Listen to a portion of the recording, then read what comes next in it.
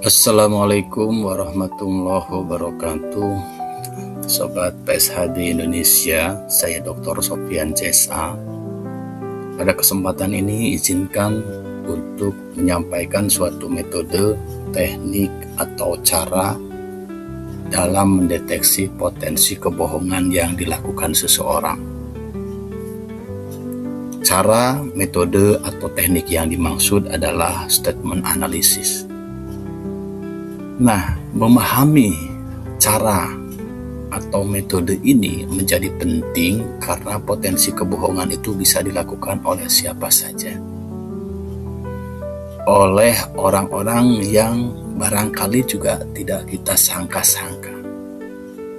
Bahkan oleh orang terdekat pun kebohongan itu bisa terjadi. Apalagi kalau kebohongan itu dikaitkan dengan profesi atau pekerjaan kita, maka dampaknya bisa lebih luas lagi, ya. Karena banyak profesi atau pekerjaan yang terkait dengan mendapatkan informasi, mengungkap suatu kebenaran, ya, melakukan suatu pencarian data dan seterusnya, yang semua itu diarahkan agar kita bisa mendapatkan kebenaran dari upaya yang kita lakukan. Nah, potensi kebohongan ini menjadi hal yang perlu kita waspadai. Karena paling tidak seperti yang disampaikan oleh Gerard Jellison, seorang psikolog sosial dari University of Southern California, orang rata-rata berbohong 2 hingga 3 kali selama 10 menit percakapan. Ya, meskipun katakanlah itu adalah kebohongan kecil atau kebohongan yang dilandasi dengan niat yang baik misalnya. Tetapi terlepas dari itu, maka bisa diasumsikan semakin lama percakapan yang dilakukan, maka potensi kebohongan itu semakin besar. Ya. Yang perlu dikhawatirkan lagi munculnya kebohongan tersebut karena motivasi yang ada pada diri orang tersebut. Ya. Katakanlah memang tidak setiap kebohongan itu bertujuan untuk merugikan orang lain, tidak bertujuan untuk memperdayai orang lain. Ada juga kebohongan yang dilandasi dengan niat baik. Tapi bisa diasumsikan kebohongan semacam itu relatif jauh lebih sedikit, ya, dibandingkan dengan motivasi dari kebohongan yang terjadi secara lebih umum. Karena umumnya orang berbohong itu antara lain untuk mendapatkan kepentingan tertentu, keuntungan tertentu, untuk mencelakai orang lain, ya, untuk menjaga reputasi dirinya agar terhindar dari rasa malu karena celah yang dilakukannya, atau bisa juga untuk menghindar dari hukuman. Ya. Motivasi sejenis yaitu mekanisme pertahanan diri, yaitu mengorbankan orang lain demi menutupi kesalahan yang dilakukan pribadinya. Ya.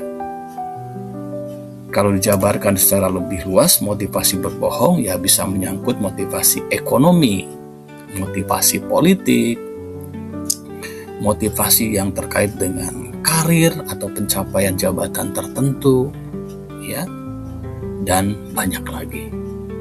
Oleh karena itu, pemahaman mengenai statement analysis perlu kita pahami, terutama ya untuk orang-orang yang memiliki pekerjaan atau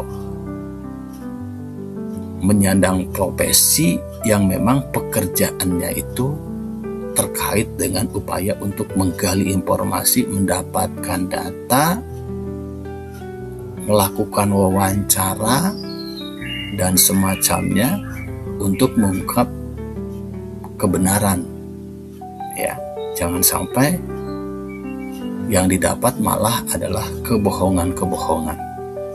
Ya, sehingga kebenaran itu menjadi sulit terungkap. Nah, statement analisis ini merupakan suatu metode yang biasa digunakan untuk mengungkap potensi kebohongan yang dilakukan seseorang melalui pernyataan yang disampaikannya. Pernyataan yang disampaikannya bisa melalui pemilihan kata-katanya, struktur kalimatnya, pengemasan bahasanya, dan seterusnya. Ya. Nah, perlu saya sampaikan bahwa metode statement analysis itu pertama kali diperkenalkan pada tahun 1954 oleh psikolog Jerman Barat, yaitu Udo Gundeutsch. Ya. Tujuannya waktu itu untuk membedah kebenaran dari suatu kasus pemerkosaan remaja. Dan ternyata memang metode ini berhasil, ya, sehingga mendorong pengadilan Jerman Barat untuk mewajibkan penggunaan wawancara analisis pernyataan atau statement analisis dalam mengungkap berbagai kasus hukum tertentu. Ya. Jadi kalau mengacu kepada sejarahnya, ini jelas, ya. Kemudian juga penerapan statement analisis ini, ya, berkembang ke negara lain, ya, termasuk ke Amerika. Penerapan metode ini didukung oleh para ahli praktisi seperti Profesor Susan Adam, ya. Dia memiliki latar belakang sebagai agen spesialis FBI selama lebih dari 3 dekade. Meskipun dia tidak lagi aktif di lapangan, namun dirinya tetap berkontribusi sebagai instruktur komunikasi dan teknik wawancara di Akademi FBI. Jadi dalam konteks dia melakukan wawancara untuk mengungkap suatu kasus, untuk mengungkap suatu informasi kebenaran, ya, Profesor Susan Adam ini menerapkan teknik yang disebut dengan statement analysis. Nah, kembali kepada siapa saja orang atau pihak yang perlu memahami teknik ini, ya, secara lebih rinci antara lain mereka adalah polisi, jaksa, hakim, auditor, investigator, negosiator, interviewer, pengusaha, ya, dan seterusnya. Ya, termasuk juga para guru, para dosen, ya, orang tua. Alangkah baiknya juga memahami, ya, bagaimana teknik untuk mengungkap potensi kebohongan sesuai dengan peran mereka, sesuai dengan tugas mereka, ya.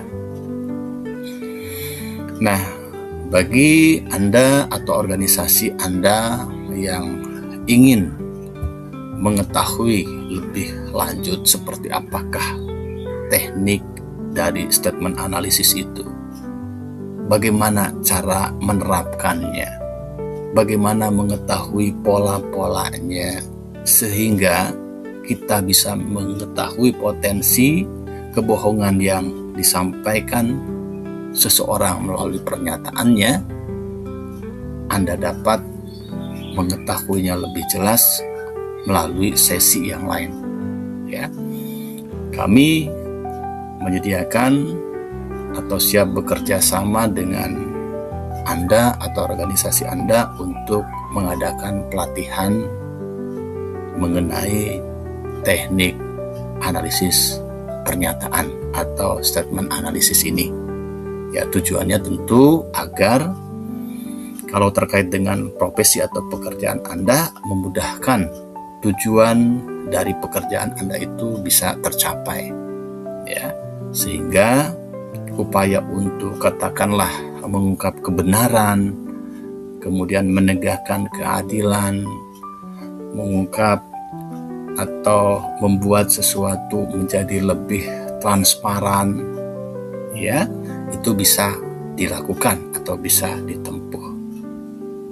Jadi silahkan bagi Anda atau organisasi Anda yang ingin mengetahui lebih lanjut mengenai metode atau cara untuk mengungkap potensi kebohongan melalui statement analisis, Anda silahkan bisa menghubungi PSHB Indonesia di kolom deskripsi. Ya, kami siap bekerja sama untuk memfasilitasi pelatihan yang barangkali Anda ingin mengikutinya atau Anda ingin mengadakannya di organisasi Anda atau tempat Anda bekerja. Saya kira demikian. Terima kasih atas perhatiannya. Assalamualaikum warahmatullahi wabarakatuh.